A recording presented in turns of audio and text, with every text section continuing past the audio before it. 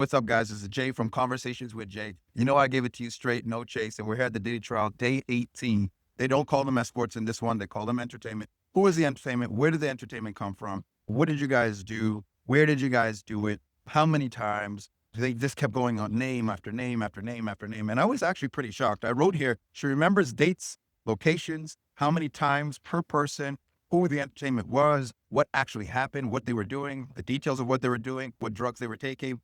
I'm wondering if when the defense crosses her, she's going to do what the other witnesses have said and just keep saying, I don't remember, I don't remember, I don't remember, I don't remember.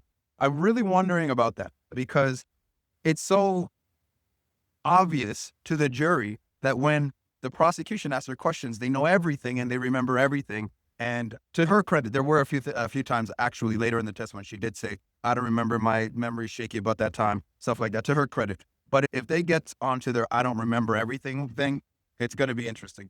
Also, I wrote down something. She attested to doing a lot of illegal things, like bringing drugs across state lines, which tells me she also got an immunity deal.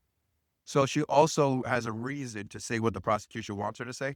And just so people know, when people say, wow, all these people are saying the same thing. Well, if you give the people the immunity deals and they meet with you 100 times, and some of them are even friends and best friends and even talking at the same time together, it's not that crazy to think that they probably have similar stories, especially when they're all dealing with the same person. Puffy, who never ceases to amaze you in this trial. The things that he does and a lot of the stuff that they say, I believe that he did, said, and otherwise, and the things that we've already seen him do in public before this, he is quite the character. Another time, there was another guy that was Puff's trainer. His name was Paul, and he was with Cowboys for Angels as well. She also had some hotel nights with him as well. And there was another guy, another guy, another guy. But there's a few things that I really wanted to go through. One of them, I think that really hurt the prosecution was she had said that she wanted to use a condom.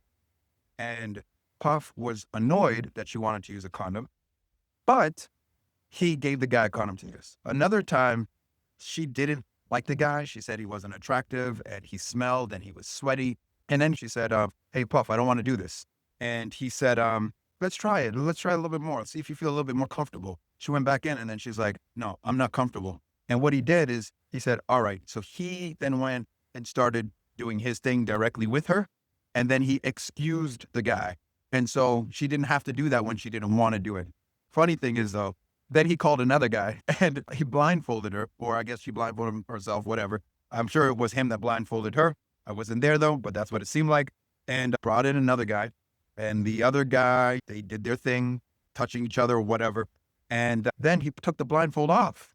And I'm expecting to hear her say, well, as soon as he took the blindfold off, I was like, ew, another one. This is nasty or something like that. She was like, this one I liked. She literally said, she took the blindfold off. And I quote, I took a liking to Paul. I liked his energy. Question from the prosecution. Did you want to with Paul? She goes, no. I don't know, man. Let's keep it moving. All right. So then there was Mike, and then there was Paul, and then there was Sly, and then there's just too much. So now let's get into what this started turning into. To me, what this started turning into is he just was like, you're my freak off girl.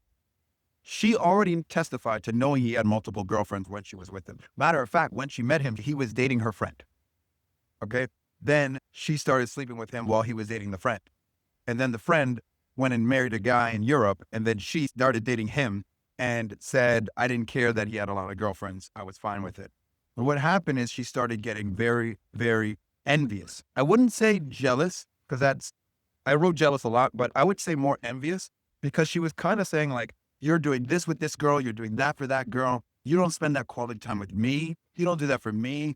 For her birthday, they did a hotel night and she didn't really want to do a hotel night, but she did it anyways. And then he surprised her with balloons and stuff after they did it. And at the end of the day, it didn't seem like she really actually wanted to do it on her own. It's that she wanted to do it to please him because she wanted to work her way up on the ladder of girls that he had.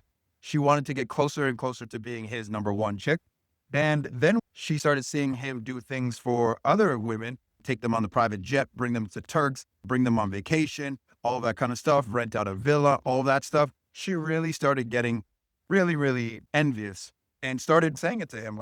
I'm not a robot. I'm not your this. I'm not your that. There was one particular birthday that she referenced that she basically got dinner with her friends and then she had to see him bring another woman to Turks. Now, this lady, Jane Doe, is obsessed with Turks. Obsessed with Turks. She kept going on and on and on about Turks this and Turks that. I always want to go to Turks. I always ask you to take me to Turks. You always bring the other girls to Turks. You never bring me to Turks. And this is through crying. This is through tears, okay? As she's on the stand, she's crying. She goes to the prosecutor. That place was very special to me. And the prosecutor goes, what place? And she's like, Turks. So like, she just really wanted to go to Turks. And it looked like Puffy was bringing all the other chicks to Turks, but he wasn't bringing her to Turks. And she felt like she was doing the most. She was like, I'm having multiple hotel nights, and 90% of the time we hang out, it's just like hotel nights, and I want quality time with him, and I want to be with him alone, and we never get to. And then I have to go on Instagram and see him treating all the other girls great, bringing them Turks, doing beautiful things. She even took like screenshots of other girls' Instagrams, like with the letters that he would send his other girlfriends and flowers and send that to him and say, you don't write me letters like this and stuff like that. This really was a woman that was kind of like really trying to get his love. And he really played into that. There was a lot of stuff today. I know that they were trying to hit on fraud a lot. That's what the prosecution's angle was.